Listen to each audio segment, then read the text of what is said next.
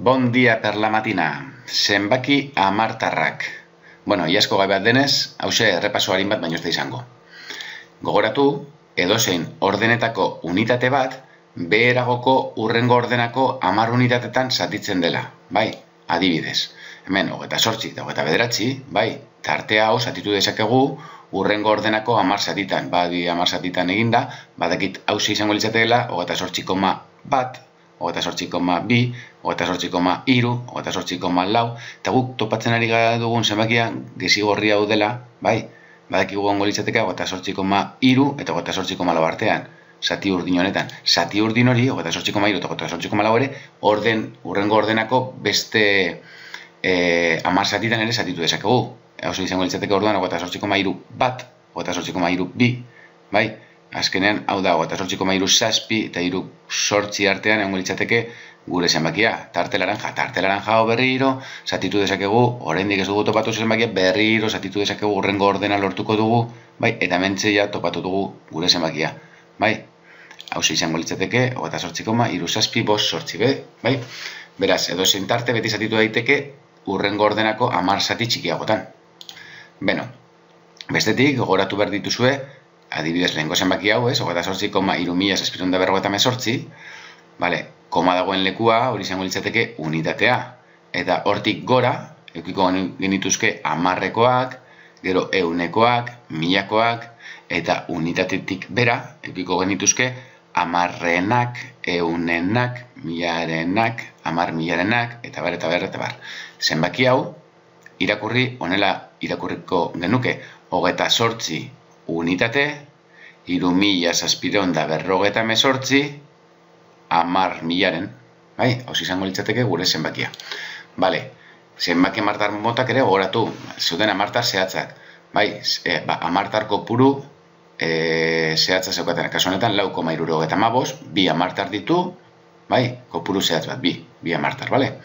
Bale, genituen ere hamartar periodikoak, bai, errepikatzen diren infinitu zifra hamartar dituzte, bai, goratzen zarete, txapela zeukaten hauek, eta hauen artean ditugu puruak, direla, txapela edo periodoaren aurretik ez daukatenak ezer, bai, 7,15, hau purua litzateke, txapelaren aurretik ez daukate zenbakirik, bai, koma baino lehenago, eta gero genituzke periodiko nahasiak, bai, adibidez, hau, 8,246666, zen izango litzateke 8,2466 periodo, eta periodoaren aurretik ikusten dugun moduan, bi zifra ditugunez, hau deitzen diogu periodiko nahasiak, bai?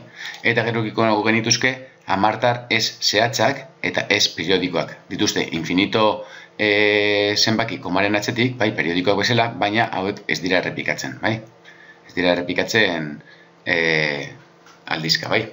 Adibidez, errobi izango kalkulagailuan egiten baduzue, honek infinitu hamartar lituzke, bai? Bale. Bueno, gogoratu ere, zenbaki hamartarrak ordenatzen genituela, ez? Badudela batzuk beste baino handiago direnak eta jakin behar dugula ikusten. Adibidez, 2,5 ala 2,50. Zen hauetako zein da handiagoa. Fijatu beharko gara ordenez, ez? Lehenengo bi zenbaki hauek berdine dira, hurrengo ordenekoa hemen ez dauka, hemen 0 da, beraz, ez eukitzea edo 0 berdine da. Bai, de hecho, komaren atzetik, 0 honek ez daukate zentzu gehiagirik, bai? Bakarrik, adieraziko ligukete gure zehaztasuna neurketa batean, edo, orduan hauek berdine lirateke.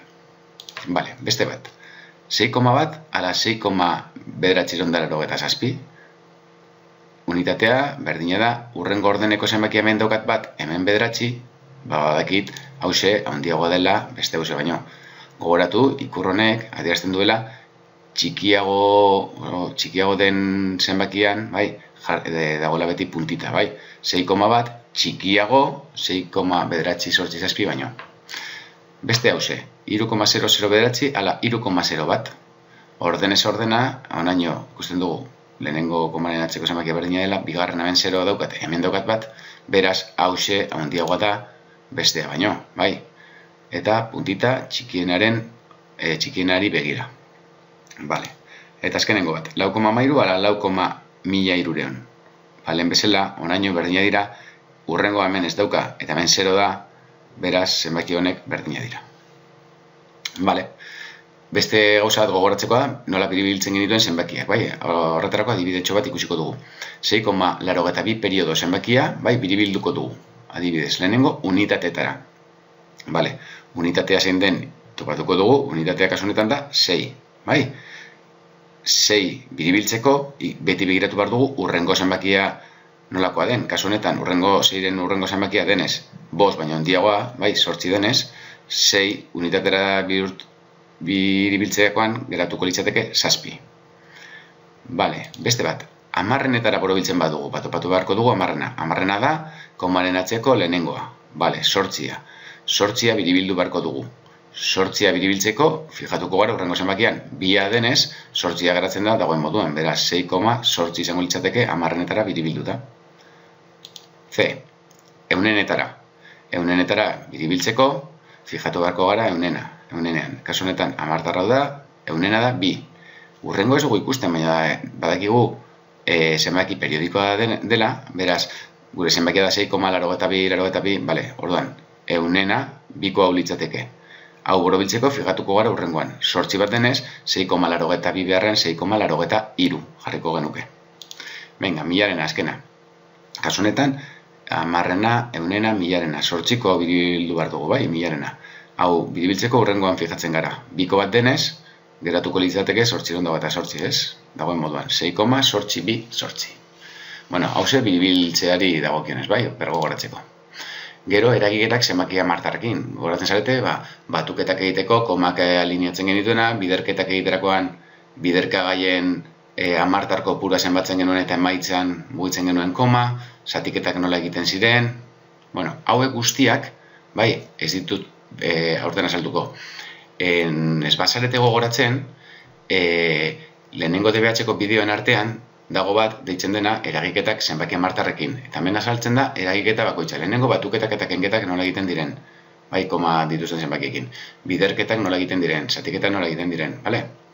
Bueno, eta hau bai, praktikatzeko eragiketen inguruan zer gogoratzen duzuen, bai, hemengo ariketa hauek egitea nahiko nuke behin ja bideo hau ikusita ulertuta, bale?